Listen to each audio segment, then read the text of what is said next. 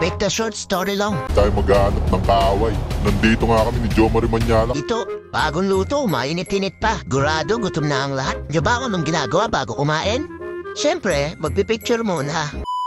Ngayong araw, magluluto tayo ng pangmalakasang kalderetang bibe. Bibe! At nandun pa ang mga tropa natin at kumukuha pa sila ng hito na ating iihawin mamaya. Sana naman nakakuha na sila. Dahil kanina pa silang alas 12 dun. Hindi pa rin kami nagtatanghalian. Alas 3 na nga ngayon at wala pa silang napapala. Sana naman kahit pa paano makakuha sila. Medyo kinakabahan na ako. Dahil hanggang ngayon, naghahanap pa rin sila ng bulate. Ay sila guys oh. Bahala na muna sila dun. Ako naman dito, babanatan natin to. Pagkatapos nitong malinisan, kailangan lang itong tagtarin ng malilit na piraso. Para ito ay mabilis lang lumambot. Pabalik na rin daw ang ating mga kasama.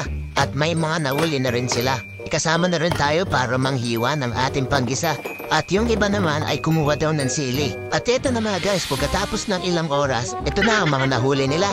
Pinagyayabang nila na nakasampu daw sila. Maganda naman kung ganon. And after that, uumpisaan ko nang igisa itong bibe. Igigisa lang natin to sa bawang at sibuyas at lalagyan din natin to ng konting asin. Habang ginigisa ko to, tinulungan na rin tayo ng tropa para mag-ready ng ating mga pansangkap. Pero tinatawanan nila, di daw to pang kaldereta.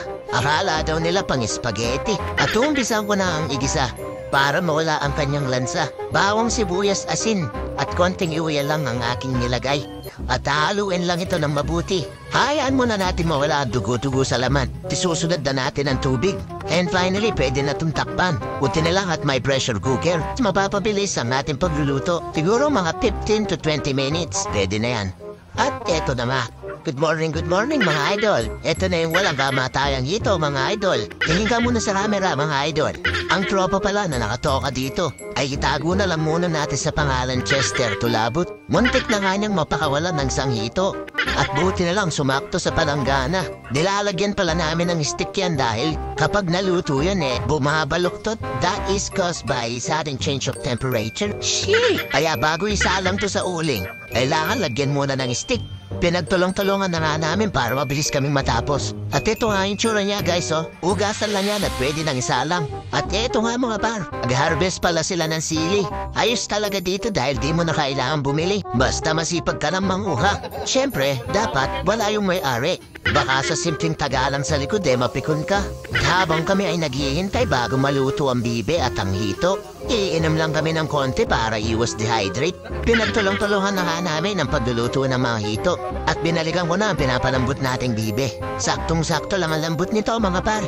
Lalong-lalo na kung puro bagang ang iyong ngipin. Pero syempre joke lang yun. Ang susunod naman ay igigisa natin ito sa pangalawang beses. Lalagyan ko lang ng konting margarine. Dapat siguraduhin na mahina lang ang ating apoy. Ay mabilis masunog ang margarine. Lagay ko na nga ang bawang sibuyas at isinabay ko na rin ang sili. Sa ganitong makaluto mas masarap yung medyo manghang. At sa mga oras na to pwede nang isunod ang ating karne. Hindi ko na sinama ang pinagpakuluan nito dahil papatuyuin din natin yan dahil mas masarap at mas malasa ang sarsa ng kaldereta. Kapag medyo tuyo ito, tuloy-tuloy lang ang halo baka masunog ito sa ilalim. At pagkatapos pwede na itong lagyan ng toyo. Haluin lang ito na saglit, tapos ilalagay na ang suka. Pero di ko na pinakita. Tuwin lang, pagkalagay ng suka, wag itong hahaluin.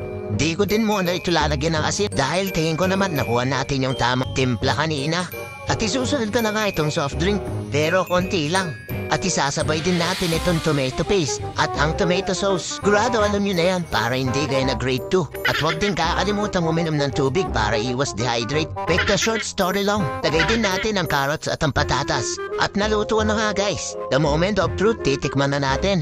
Dito natin malalaman kung tama ba ang ating pinaggagawa. At all goods naman, napakasarap.